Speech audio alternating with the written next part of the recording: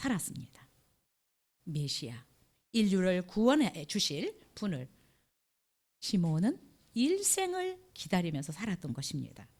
그래서 시므온을 한마디로 표현한다면 이스라엘의 위로를 기다리는 사람이라고 오늘 본문은 표현하고 있습니다. 이스라엘의 위로라고 하는 말은 오실 메시아를 의미합니다. 인류를 구원할 메시아를 일생 동안 기다리고 사모했던 사람이 바로 시므온이라는 사람입니다. 이 시므온이라는 사람은 한마디로 아담 이후에 죄악으로 심판을 면치 못할 모든 인류를 구원할 메시아가 올 것을 기다리면서 살았던 사람입니다. 흑암에 사는 백성에게 빛을 비춰줄 죄와 사망으로부터 구원해 낼 그 메시아를 시므온은 기다리고 사모하면서 살았습니다. 그런데 사실 그 기다림이라는 것은 기약이 없는 기다림이었습니다. 언제 그 메시아가, 하나님이 약속하셨던 그 메시아가 오실지 모르는 상황입니다. 그렇지만 약속하신 그 말씀을 믿고 시므온은 그렇게 이 메시아를 기다리면서 살았습니다. 어떻게 일생 동안 평생을 이 메시아를 기다리면서 살았을까? 메시아를 보내시겠다고 약속하신 그 하나님을 신실하게 신뢰했기 때문에, 믿었기 때문에 기약이 없는 그 기다림을 일생 동안 할 수 있었다라고 생각이 됩니다. 하나님께서 보내실 이 메시아를 기다리는 시므온의 삶을 오늘 본문은 이렇게 표현합니다. 의롭고 경건하며 성령이 그 위에 계시더라라고 얘기를 하고 있습니다. 시므온은 어떤 사람이냐? 의롭게 살았던 사람이다라고 얘기를 합니다. 의롭다. 하나님의 뜻에 합당한 삶을 산 사람이다. 경건하다. 하나님을 경외하는 삶을 살았다라는 것입니다. 하나님의 말씀을 철저하게 신뢰하고 시므온이 살았는데 어떤 삶을 살았느냐? 하나님의 뜻에 합한 삶을 살았고 하나님을 경외하는 삶을 살면서 하나님이 약속하신 그 메시아를 기다렸다라는 것입니다. 여러분, 우리가 하나님 앞에서 의롭고 경건하게 사는 것이 얼마나 중요하냐 하면, 내가 진짜 하나님 앞에서 경건하고 거룩한 삶을 사는 이 삶이 하나님이 얼마나 인정하느냐 하면, 여러분, 수백만 수천만의 사람과 하나님을 경외하는 사람을 하나님이 바꾸지 않아요. 한 나라도 하나님을 경외하는 한 사람만 있어도 망하지 않을 수 있다라는 것입니다. 여러분, 구약에 이 예레미야 선지자를 보면 남유다가 너무나 타락하고 하나님 보시기에 너무나 악하게 살아가는데, 하나님은 그래서 결국 이 유다를 멸망시키잖아요. 그렇죠? 이런 계획을 가지고 있잖아요. 바벨론을 통해서 몽둥이를 들 계획을 하고 있습니다. 그런데 그 남유다의 백성들 중에 얼마나 많겠어요. 그렇죠? 그 중에 정말 하나님이 인정하는 의롭고 경건하게 산 사람이 한 사람이 없었던 것 같아요. 그래서 예레미야서에 보면 예레미야가 이렇게 기록했습니다. 유다 백성을 향해서 예루살렘 거리로 다니면서 정의를 행하며 진리를 구하는 자를 한 사람이라도 찾으면 이 성읍을 용서하겠다라고 하였습니다. 여러분, 남유다에 하나님을 경외하고 의롭게 살아가는 사람 한 사람만 찾아도 이 나라를 멸망시키지 않겠다, 용서하겠다라고 말씀하셨어요. 그런데 결국 어떻습니까? 이 한 사람을 찾지 못해서 남유다는 바벨론의 포로가 되고 말았습니다. 여러분, 소돔과 고모라를 향해서 하나님은 몇 명의 의인을 찾으면 이 성을 멸하지 않겠다고요? 아브라함이 딜을 더 끝까지 했으면, 그죠? 세 사람만 있어도 멸망시키지 말아달라고 했으면 그랬을 수도 있는데, 아브라함은 딜을 10명까지밖에 안 했어.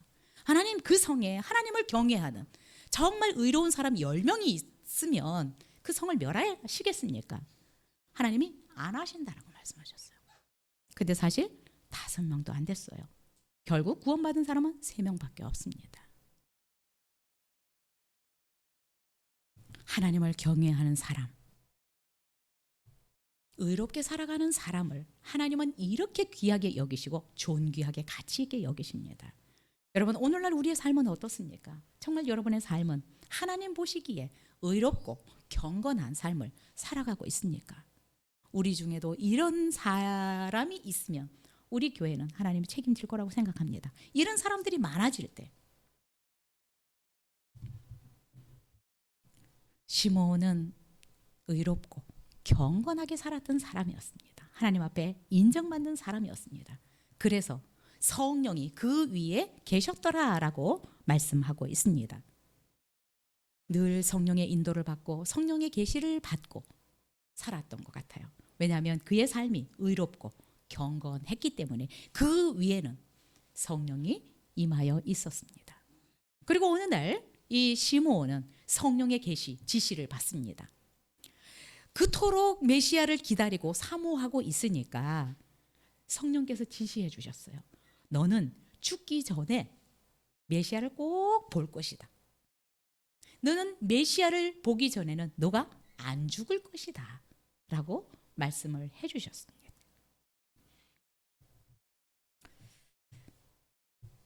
여러분, 성령님은 불의한 삶을 살아가는 자들에게 이렇게 말씀하거나 지시하지 않습니다. 하나님의 말씀, 하나님의 뜻을 거역하고 세상과 타협하는 사람들은 경건한 삶을 살 수 있는 능력이 없습니다. 하나님 나라를 소망하고 예수 그리스도의 재림을 기다리는 사람들의 필수 요소가 뭐냐? 경건한 삶입니다. 의로운 삶입니다. 하나님의 뜻에 부합한 삶을 살아가는 것입니다. 이 세대를 본받지 않고 죄를 멀리하고 세속에 물들지 않는 이런 삶이 다시 오실 예수 그리스도의 재림을 기다리는 사람들의 필수 요소라는 것입니다. 그리고 더 적극적으로 하나님의 선하시고 기뻐하시고 온전하신 뜻이 무엇인지 분별해서 그 뜻대로 살아가는 것이 다시 오실 예수 그리스도를 기다리고 준비하는 자들의 필수 요소라는 것입니다. 요한일서 3장 3절에도 이렇게 말씀합니다. 주를 향하여 이 소망을 가진 자마다 그의 깨끗하심과 같이 자기를 깨끗하게 하느니라. 우리가 정말 다시 오실 예수 그리스도, 만왕의 왕이신 예수 그리스도가 심판주를 오실, 믿는 자와 믿지 않는 자를 심판하러 오실 그것을 우리가 기다린다면 거룩한 삶, 정말 하나님의 뜻에 합당한 삶, 하나님을 경외하는 삶을 살아야 된다라고 얘기하고 있습니다. 구약에서 약속하신 인류의 구원자 메시아를 기다리는 시므온의 삶은 경건한 삶이었습니다. 얼마나 하나님께서 약속하신 그 메시아가 오기를 기다렸는지, 그리스도를 보기 전에 너는 안 죽을 거야 라고 하는 성령의 계시, 지시를 시므온은 받았습니다. 여러분, 이 당시도 예수님이 탄생할 당시, 이 당시도 이스라엘이 종교적으로 너무나 타락했습니다. 대제사장들, 장로들, 종교 지도자들은 메시아를 기다리기보다는 세속적인 살면서 계속 자기의 이속을 챙기기 바빴습니다. 그래서 사실 제사를 드리지만 형식적으로 드렸습니다. 마음 없이 형식적으로 제사를 드렸던 것입니다. 그런데 종교 지도자들이 이렇게 살아가고 있는데 시므온은 하나님을 경외하고 하나님의 뜻에 합당한 삶을 일생 동안 살아온 것입니다. 그리고 약속하신 그 메시아가 오기를 기다리면서 살았습니다. 자, 이날도 시므온은 성령의 감동이 있었습니다. 어떤 감동이 있었느냐? 성전에 들어가라는 어떤 감동, 지시를 성령으로부터 받았습니다. 여러분, 우리가 하나님을 경외하면, 하나님의 뜻에 합당한 삶을 살면 때때로 성령께서 우리에게 이렇게 지시하십니다. 하나님 뜻에 합당하게 삶을 살아갔던 이 시므온에게 성령께서 성전에 들어가고자 하는 마음을 주셨습니다. 감동을 주셨습니다. 무슨 일인지 모르지만. 그런데 성전에 들어갔을 때 자기가 상상할 수 없는 광경이 눈에 들어왔습니다. 성령의 계시가 없으면 감히 볼 수 없는 광경이 눈앞에 펼쳐진 것입니다. 영의 눈이 열리지 않으면 볼 수 없는 광경이 눈앞에 펼쳐져 있었습니다. 27절을 읽겠습니다. 시작. 성령의 감동으로 성전에 들어가매 마침 부모가 율법의 관례대로 행하고자 하여 그 아기 예수를 데리고 오는지라. 일생 메시아를 기다리고 살았는데 성령의 감동으로 성전에 들어갔는데 아기 예수님을 만난 것입니다. 그토록 기다렸던 메시아를 이 성전에서 만난 것입니다. 그리스도를 보기 전에 너가 죽지 아니하리라 라는 계시대로 그는 노년이 되었을 때 성전에서 아기 예수 그리스도를 만났습니다. 여러분, 사실 영적인 눈이 열리지 않으면 예수님을 볼 수 없습니다.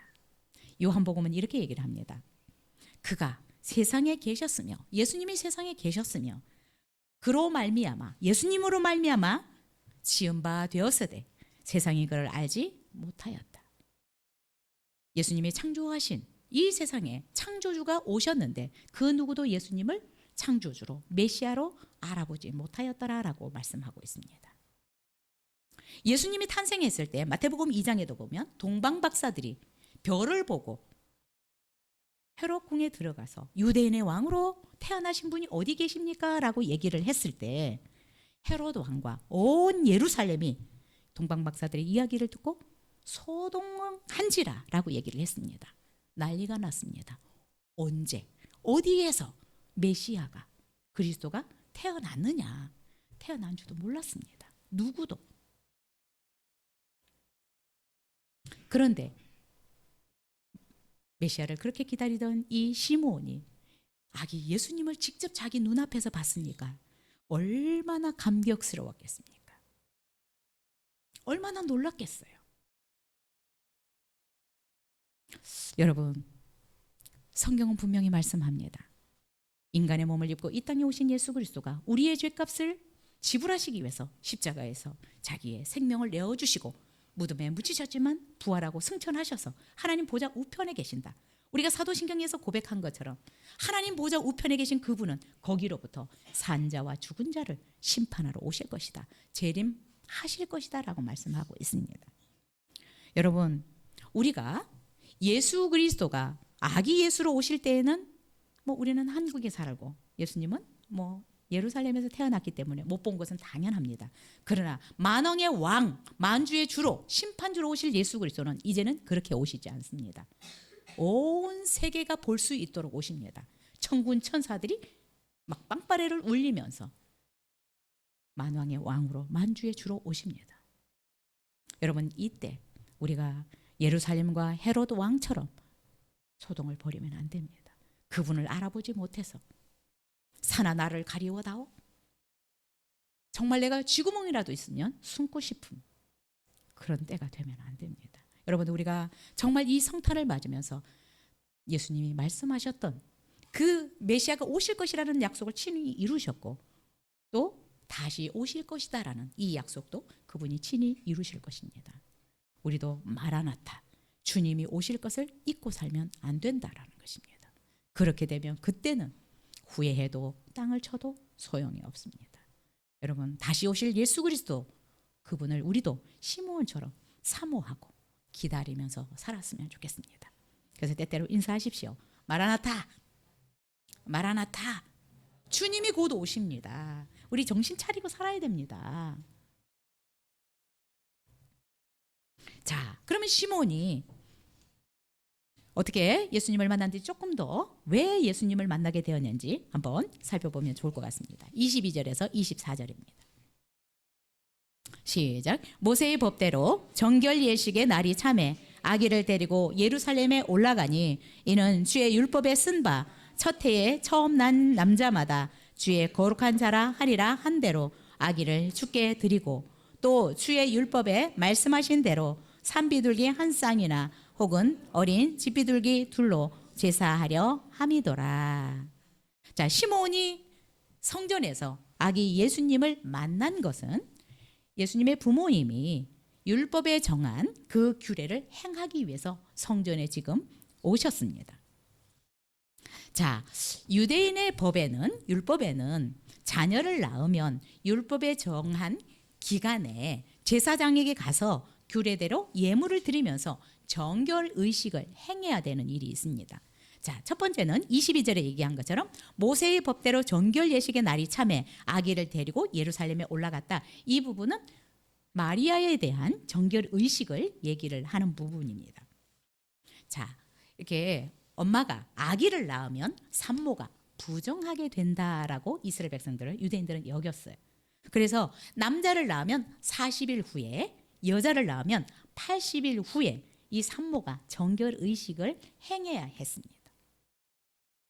이 정결 의식을 행할 때에는 번제와 속죄제를 드리는데, 이 번제는 양을 드리고 속죄제는 비둘기를 드리면서 번제와 속죄제를 드렸습니다. 자, 그래서 이 부모님들은 예수님이 적어도 40일 정도 된 것 같아요. 그렇죠? 이 예식에, 이 정결 의식에 참여하기 위해서 부모님이 왔고, 또한 23절에 보니까 주의 율법에 쓴 바 첫 해에 처음 난 남자마다 주의 거룩한 자라 하리라 한 대로 아기를 주께 드리고, 이것은 예수님을 위한 율법에 정한 예식을 행하기 위해서 온 것입니다. 그래서 산모와 아기 예수님에 대한 예식을 행하기 위해서 이들이 예루살렘 성전에 온 것입니다. 자, 율법에 보면 처음 태어난 짐승의 새끼를 여호와께 다 드리라라고 규정하고 있습니다. 그런데 사람은 다 이렇게 죽일 수가 없잖아요. 그렇죠? 그래서 우리 사람에게서 첫 아기가 태어나면 하나님이 이것을 하나님께 드린 의미로 대체하셨는데, 이것이 바로 레위인이라는 이 사람을 하나님께 드린 사람이라고 해서 따로 세웠습니다. 그래서 죽이지 않지만 이 레위인들을 세워서 하나님 앞에 드리는, 그러나 예식은 행했습니다. 그래서 예수님도 첫 아기잖아요. 그렇죠? 그래서 예수님을 하나님 앞에 드리는 의식을 행한 것입니다. 그래서 예수님이 적어도 40일 정도는 되었을 것으로 보입니다. 그래서 요셉과 마리아도 율법에 근거해서 이 첫 아기인 예수님을 거룩하게 하나님 앞에 드리는 예식, 하나님의 것입니다라고 드리는 예식에 참여하기 위해서 예루살렘 성전에 온 것입니다. 자, 이 절묘한 시간에 성령께서 감동을 주셔서, 이거는 광고가 없잖아요. 우리처럼 어디 뭐 뉴스를 하는 것도 아니고, 그렇죠? 누가 알려주는 것도 아니에요. 그래서 정말 성령이 알려주시지 않으면 갈 수 없는, 만날 수 없는 절묘한 시간이었어요. 그런데 성령께서 시므온에게 성전에 들어가고자 하는 그런 마음을 주셔서 들어갔더니 평생 기다려왔던 이 메시아가 지금 부모님과 함께 이 예식을 행하러 온 것입니다. 자, 시므온이 그러면 이 평생 동안 기다려왔던 예수님을 만났을 때 어떻게 했을까? 한번 살펴보겠습니다. 28절에서 30절. 시작. 시몬이 아기를 안고 하나님을 찬송하여 이르되, 주제여, 이제는 말씀하신 대로 종을 평안히 놓아 주시는도다. 내 눈이 주의 구원을 보았사오니. 자, 이 메시아를 일생 동안 기다려왔던 메시아를 본 첫 반응은 무엇입니까? 아기를 덥석 안고 하나님을 찬송했더라라고 말씀하고 있습니다. 여러분, 근데 이거를 한번 상상해 보십시오. 지금 성전 안에는 마리아와 요셉 그리고 아기 예수님만 있는 것은 아닐 것입니다. 왜요? 예식을 행하러 왔기 때문에 다른 많은 부모님들도 있었을 것입니다. 그리고 이 예식을 집행하는 제사장들도 있었을 것입니다. 그런데 예수님이 성전에 들어갔지만 예수님이 메시아라는 것을 알아보는 사람이 한 사람도 없었던 것 같아요. 이 예식을 집행하는 제사장조차도 예수님이 메시아라는 사실을 몰랐던 것 같아요. 그 누구도 구약에 예언된 메시아가 이 아기 예수다, 아기다라는 것을 몰랐죠. 그런데 시므온은 성령의 계시를 통해서 성전 안에 들어갔는데 영안이 열려서 또 성령의 계시로 말미암아 아기 예수를 보면서 단번에 알아봤습니다. 내가 그토록 기다리고 기다렸던 메시아, 구약에서 그토록 오실 것이라고 말씀하셨던 그 메시아다라는 것을 그는 영의 눈을 열어서 보았던 것입니다.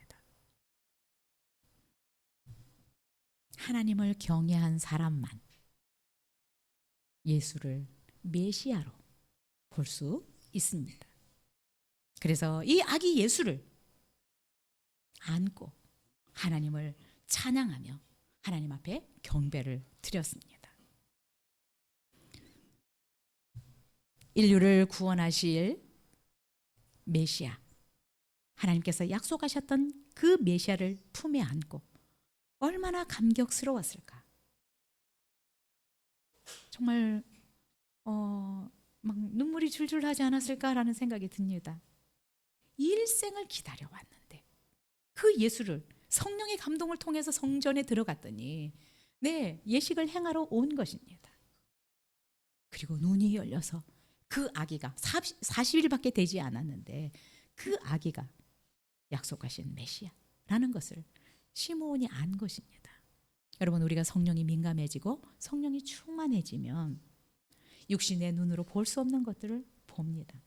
하나님이 예비하신 메시아를 볼 수 있고요. 하나님이 우리를 위해서 예비하신 것들을 볼 수 있다는 것입니다. 여러분, 영의 눈을 뜨기를 사모하십시오. 육신의 눈만 뜨고 육신이 보는 것, 이것만 보려고 하지 마시고 또 이것만 보고 판단하지 마시고 영의 눈을 열 수 있기를 바랍니다. 하나님이 여러분들에게 보여주는, 또 여러분들의 앞길도 보여줄 수 있습니다. 그렇죠? 이런 것들을 볼 수 있는 영의 눈이 뜨이기를 사모했으면 좋겠습니다. 그것은 분명히 말씀합니다. 의롭고 경건하게 살 때 우리에게도 성령이 우리에게 지시하실 것이고 우리가 볼 수 없는 것들을 볼 수 있도록 해주실 것이라고 믿습니다. 여러분, 인류를 구원하신 예수님의 재림을 우리도 사모하고 정말 시몬처럼 기다린다면 그분이 언제 올지는 모르지만 정말 이렇게 기쁨으로 그분을 맞이할 수 있을 것이라고 생각됩니다. 자, 그런데 놀랍게 이 아기 예수를 향해서 이런 고백을 합니다. 우리 29절 30절 다시 한번 읽겠습니다. 시작. 주제여, 이제는 말씀하신 대로 종을 평안히 놓아 주시는도다. 내 눈이 주의 구원을 보았사오니. 자, 이 아기 예수 40일 정도밖에 안 되는 이 아기 예수를 안고 시므온은 뭐라고 얘기를 하고 있습니까? 주제여라고 고백합니다.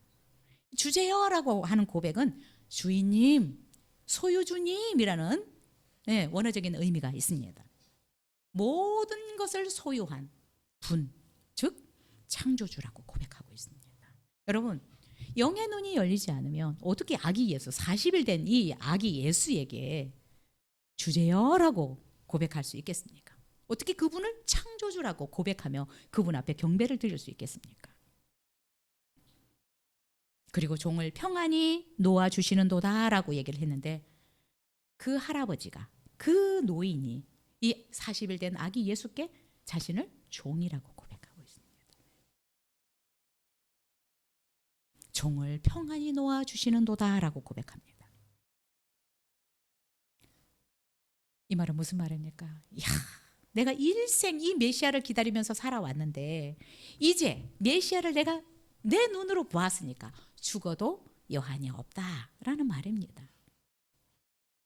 창조주이시고 세상의 주인이시고 구세주이신 이 예수님을 안았을 때, 야, 시몬의 마음은 어땠을까?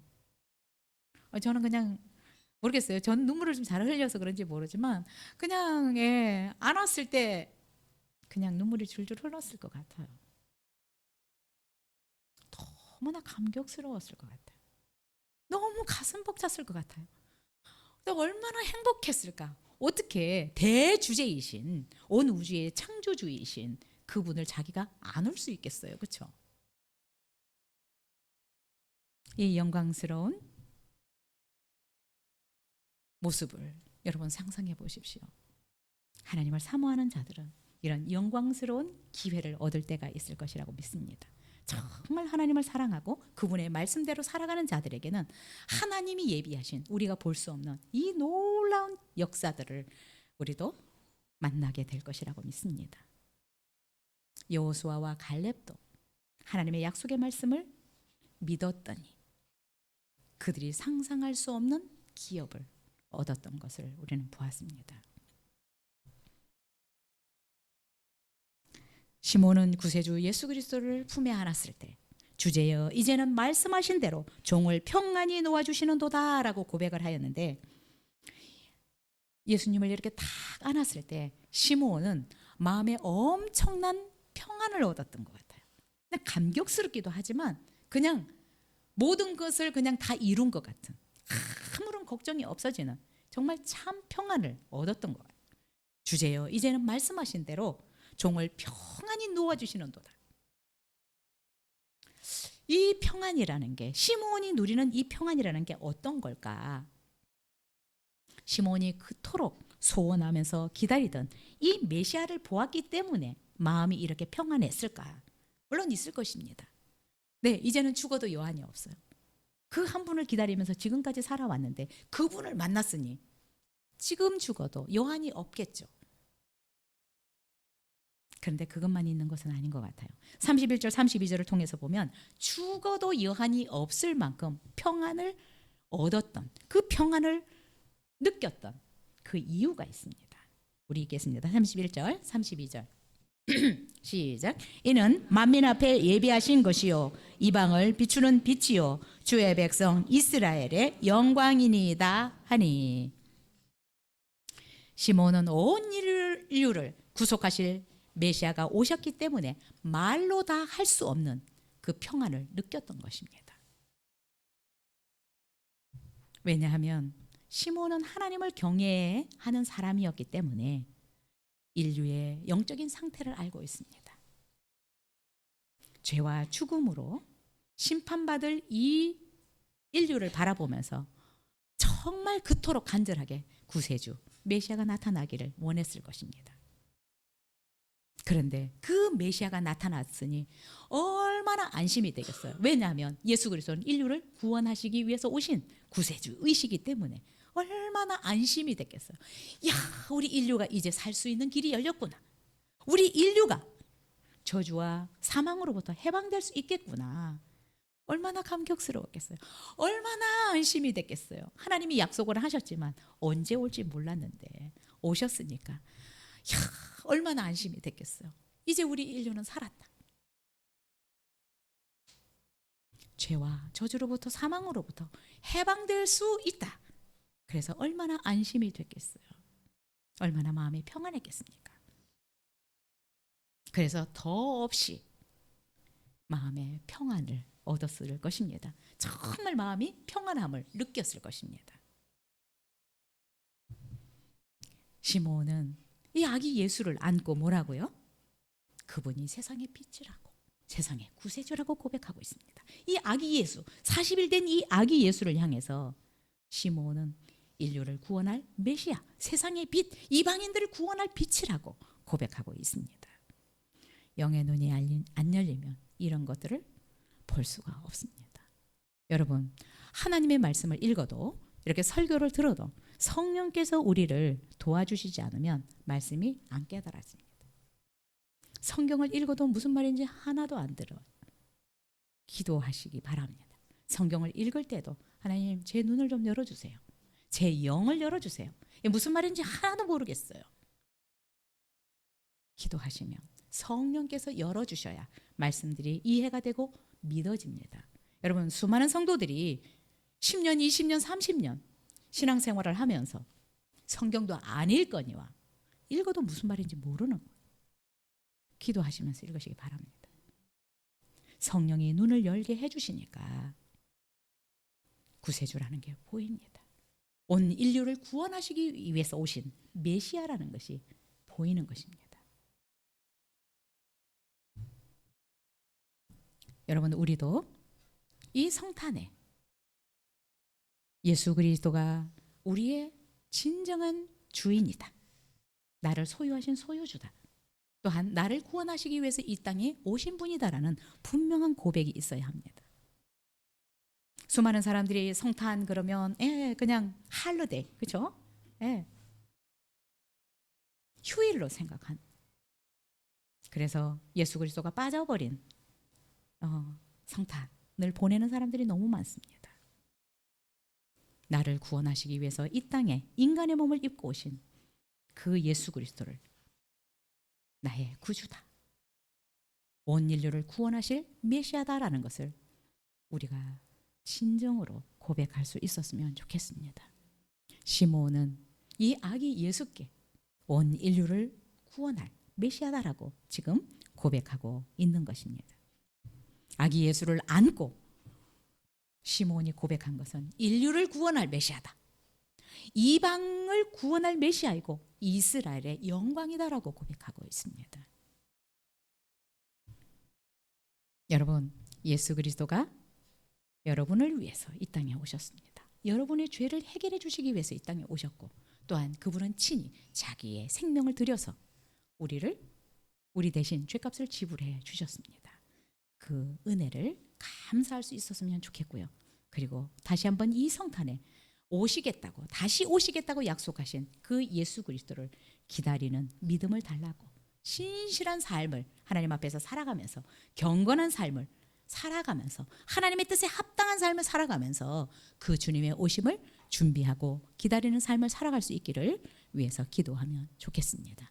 그래서 정말 만왕의 왕, 만주의 주로 오시는 그 예수 그리스도를 두려움 없이 아멘, 어서 오시옵소서, 많이 기다렸습니다 라고 고백하면서 맞을 수 있도록 했으면 좋겠습니다. 우리 33절부터 35절까지 읽겠습니다. 시작. 그의 부모가 그에 대한 말들을 놀랍게 여기더라. 시몬이 그들에게 축복하고 그의 어머니 마리아에게 말하여 이르되, 보라, 이는 이스라엘 중 많은 사람을 패하거나 흥하게 하며 비방을 받는 표적이 되기 위하여 세움을 받았고, 또 칼이 내 마음을 찌르듯 하리니 이는 여러 사람의 드러내려 함이니라 하더라. 자, 아무도 아기 예수께 와서 얘기하지 않는데 이 노인 할아버지가 부모님에게 와서 아기를 받아서 안고 대주제여, 그리고 세상을 구원할 구원자여 라고 고백할 때 부모가 어떻게 했다고요? 그 말을 듣고 기이하게 여겼더라, 놀라워하였더라. 놀랐을 것 같아요, 그렇죠? 대제사장도 모르는데 이 할아버지가 와가지고 정말 감격스럽게, 정말 어쩌면 눈물을 흘리면서 하나님 앞에 영광을 돌리고, 또 예수 그리스도가 어떤 분인지 다시 한번 이렇게 고백하는 것을 들으면서 너무나 기이하고 놀랍고, 어메이징, 성경에는 어메이즈먼트, 너무나 놀랐더라 라고 얘기를 하고 있습니다. 깜짝 놀라는 게 아니라 경이롭게 생각한 것입니다. 그리고 시몬이 또 이 부모들을 축복하고 그의 어머니 마리아에게 말하여 이르되, 보라, 이는 이스라엘 중 많은 사람을 패하거나 흥하게 하며 비방을 받는 표적이 되기 위하여 세움을 받았다라고 얘기를 하고 있습니다. 요셉과 마리아에게도 축복하고 예언적인 말을 해줍니다. 이 예수님에 대한 이야기를 또 하고 있습니다. 이 예수님이 어떤 존재냐? 예수님을 배반하고 거역하는 자들에게는 예수님이 걸림돌이 되어서 그들을 넘어지게 하겠지만, 그를 따르는 자들은 세움을 입고 하나님의 나라의 소속이 되게 할 인물이다 라고 얘기를 하고 있습니다. 그리고 예수님이 십자가에 달려서 엄청난 고통을 통해서 정말 큰 칼이 그 부모님의 마음을 찌르는 것처럼 그런 아픔이 있을 것을 또 이야기했습니다. 여러분, 예수님이 공생애를 시작할 때 얼마나 많은 이 부모님들의 마음에 아픔이 있었겠습니까? 특히 십자가에서 돌아가실 때 정말 칼이 가슴을 찌르는 듯한 그런 아픔이 있었을 것입니다. 아무 죄 없는 아들이 십자가에서 죄악형을 받고 돌아가는 그 모습을 보면서 그 부모의 마음이 얼마나 아플지 시몬이 그 부모에게 이렇게 얘기를 하고 있습니다. 여러분, 우리가 좀 도전했으면 좋겠습니다. 우리가 이 세상을 살아가지만 하나님을 사랑하는 자답게, 예수님을 믿는 사람답게 의롭고 거룩하게 살아가기를 사모했으면 좋겠습니다. 여러분, 자꾸 세상과 타협하지 마시고 자꾸 세속에 끼어들려고 하지 말고 어찌하든 하나님의 뜻대로 살아가기를 사모했으면 좋겠습니다. 그래서 시므온처럼 우리도 의롭게 하나님을 경외하는 경건한 삶을 살아가기를, 여러분, 우리 그리스도인들은 계속해서 이 삶을 도전해야 된다고 생각이 됩니다. 이런 삶을 살아가게 될 때 우리가 상상할 수 없는 성령의 계시, 성령의 인도 받을 거라고 저는 생각합니다. 그래서 여러분, 우리는 다른 방법으로 살아야 합니다. 세상 사람들이 보지 못하는 것을 보고 살아가야 합니다. 우리는 똑같은 것을 보고 살기 때문에 저는 경쟁력이 없다고 생각해요. 세상 사람들이 보는 방식으로, 세상 사람들이 보는 그것만 보고 살아가지 않았으면 좋겠습니다. 시므온처럼 우리에도 영적인 눈이 열려서 하나님께서 보게 하시는 것들, 기이한 것들을 보고 살아갈 수 있었으면 좋겠습니다. 이 성탄에 우리가 정말 경건하게 하나님을 경외하는 삶을 살아가기를, 하나님의 뜻에 합한 삶을 살아가기를 도전했으면 좋겠습니다. 그리고 다시 오실 예수 그리스도를, 마라나타, 다시 오실 예수 그리스도를 우리도 시므온처럼 기다리면서 준비하면서 살아갈 수 있었으면 좋겠습니다. 기도하겠습니다.